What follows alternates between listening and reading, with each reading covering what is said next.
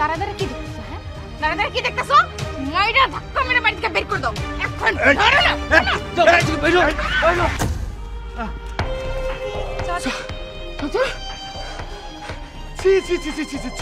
আপনি কি মানুষ? হ্যাঁ, এইভাবে নিজের বাবার গায়ে কেউ হাত তুলে? আকাশ, আকাশ, ওমা, আকাশ, আব্বা, আব্বা তুমি আইছো? আব্বা, আজকে পৃথিবীতে আমার চাইতে মহা খুশি আর কেউ নেই আব্বা। আমি জানি তুমি আসবা আব্বা। হ্যাঁ আব্বা, আমি জানতাম আপনি আমাকে ভুল ত্রুটি সব ক্ষমা করে দিয়ে ঠিকই ফিরে আসবেন। আপনার মতো ভালো মানুষ এই দুনিয়াতে দ্বিতীয়টা হয় না আব্বা। বাপরে, আসলে কোনো বাবাই চায় না তার সন্তানের ক্ষতি হোক।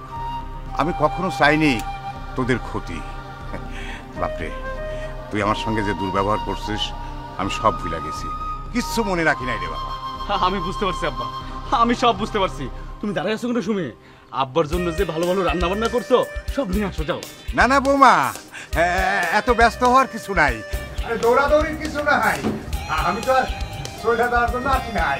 আব্বা, চলে যেতে চাইলেও আজকে চলে যেতে দেবো না। একবার যে ভুলটা করছি সেই ভুল তো দ্বিতীয়বার করা যাবে না আব্বা, তোমাকে থাকতে হবে। কই আসতেছো না কেন? সবকিছু নিয়ে আসো। এই না এটা কি? সব এগুলা কি করবা? আব্বা, কি করতেছিস তুমি? এই আকাশ, এটা কি করতেছো? আব্বা, এই এই এই আমি জীবনে অনেকবার ভুল করছি, এবার আর ভুল করবো না আব্বা। এবার তোমারে বানছি, এই স্ট্যাম্পে সই দিয়ে এই বাড়ি এই সম্পত্তি আমার নামে লিখে দিয়ে যেখানে ইচ্ছা তোমার সেখানে চলে যাও আব্বা, না হলে কিন্তু তোমার খবর আছে আজকে। আজান, আমি তোদের কথাই বিশ্বাস কইরা বাড়িতে ফিরে আইছি, কিন্তু তোরা এটা কি করতেছস এখন? এটা কোনো মানুষের কাজ হইতেছে?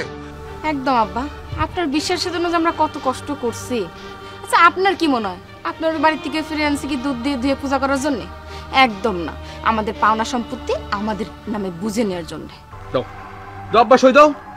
আর আপনি যে আমাকে গল্প শুনেছিলেন না, এতিমখানায় জমি দান করে দিয়েছেন, সেই সব মিথ্যা গল্প আমরা পুরোটা জানতে পারছি। এবার তাড়াতাড়ি জমিটা দিয়ে আমাকে নামে লিখা দিন।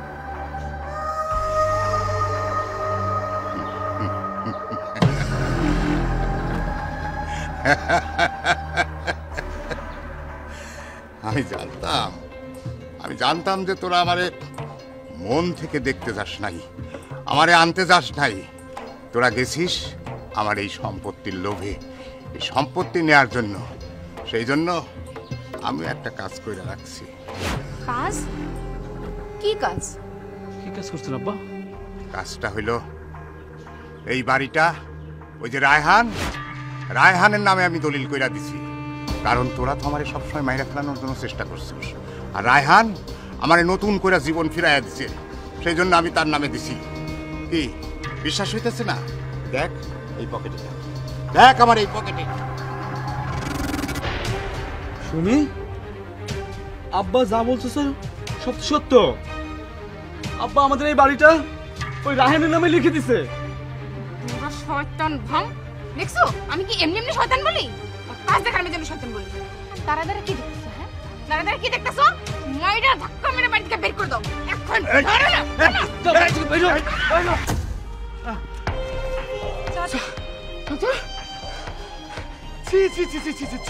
আপনি কি মানুষ? হ্যাঁ, এইভাবে নিজের বাবার গায়ে কেউ হাত তুলে? আপনি তো মানুষ না, আপনি একটা অমানুষ। তুমি কার লগে কথা কইতাছো? তুমি তো ঠিকই কইছো, ও তো মানুষ না, অমানুষ হয়ে গেছে। চাচা, ওনার সাথে তো আমার কথা কইতে হইব।